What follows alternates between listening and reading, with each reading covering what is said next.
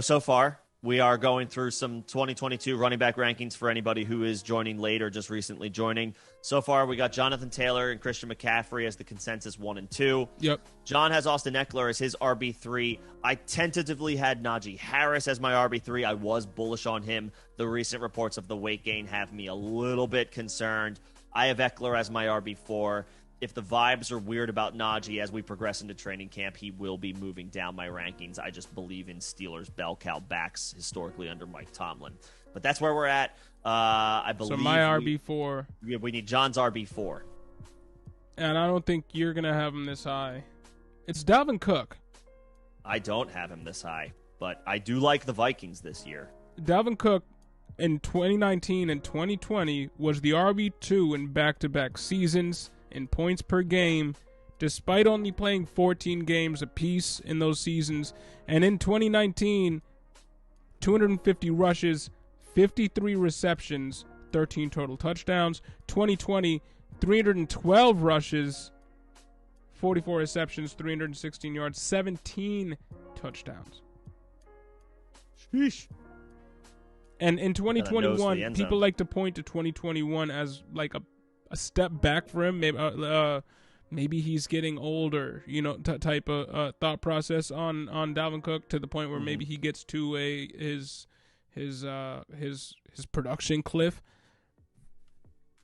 He still had 4.7 yards per carry last season. Very efficient player. Very efficient 250 rush attempts, so not as many rush attempts as the year before. And not as many receptions, which is why I think he was only the 9th best running back in fantasy points per game with 15.9, but 34 receptions across 13 games. What do we expect from the Vikings this season? They didn't go after another wide receiver outside in the 5th round in Jordan Naylor. They signed Albert Wilson. They signed Albert Wilson. Nobody cares. I'm sure Albert Wilson's mother does. Congratulations. Right. But they drafted Ty Chandler, a running back.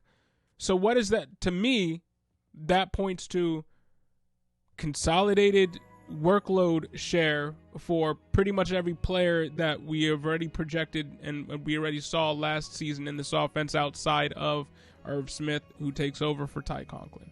Outside of that, Justin Jefferson, Adam Thielen, Irv Smith, Dalvin Cook. That's the touch distribution in this offense, and this offense should be finally getting out from the 19th century way of playing football.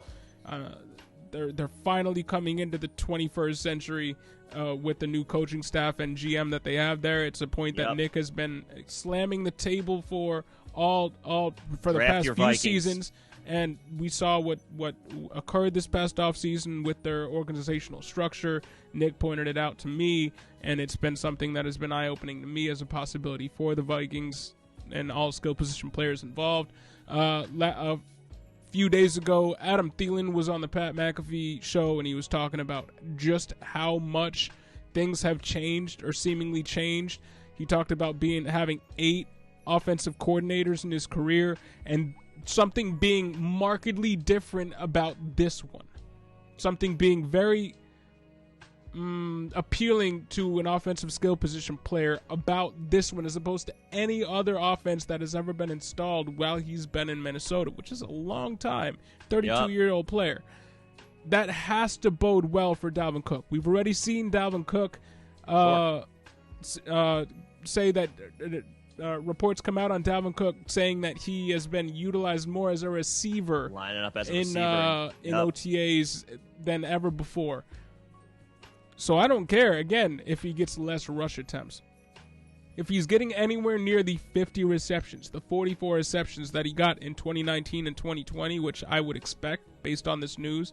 They drafted another running back to take away some rushes away from him. They're splitting him out wide in OTAs early on. Continuity all over this offense. Didn't bring in anybody else to take touches away from him. He's going to outperform what he did in 2021. He should be more efficient on his touches. He should have more high-value touches. I mean, again, 13 touchdowns, 2019, 2022, or 2020, 17 touchdowns, 2021, 6. That's the difference. And he still finished RB9 in fantasy points per game.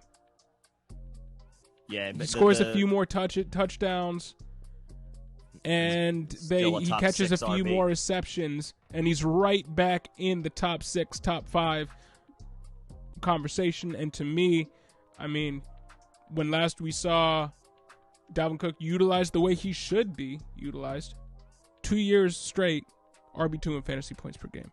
So for me, I have him at RB4 because I think the cliff is coming, as it is for every running back. I don't think it's there yet with Dalvin Cook. No. How old is Dalvin? He's not old. He's 26. He will 26. be turning He'll be 27 in August. Season. So it's Austin Eckler, which we're not. Again, for 2020. Now Dalvin Cook is more of a. I would runner. say it's Melvin Gordon, and look what Melvin Gordon has done the past 2 seasons. Yeah. Well, he's a more explosive Melvin Gordon. Right, he's Melvin Gordon with RB1 upside. With some extra wheels. Yeah. Yeah. I meant from an age perspective with Eckler, where it's like. No, that's what I was talking about as an age perspective with Melvin Gordon.